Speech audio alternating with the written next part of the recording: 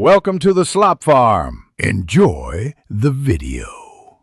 You start by confirming project settings and confirming footage codec. Choose Rec. 709 or the correct input transform. Next, stabilize and apply mild temporal noise reduction so grading reads true. Add your first node and perform a primary balance. Lower gain blue slightly and lift red midtones until skin and highlight references look natural. Once done, use parade scopes to match RGB levels. This is why you fix color bias early.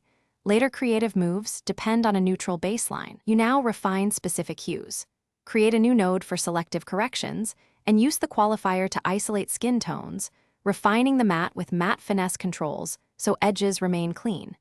Then add an HSL or custom curve node, and use hue versus hue and hue versus saturation to push orange back into skin and reduce cyan/green in water.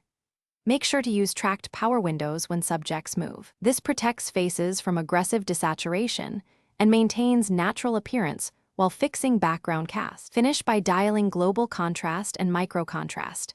Tweak lift, gamma, gain, and boost midtone detail sparingly so texture returns without crushing blacks. Then place a final node for a controlled LUT or film curve. Reduce its strength to keep skin natural.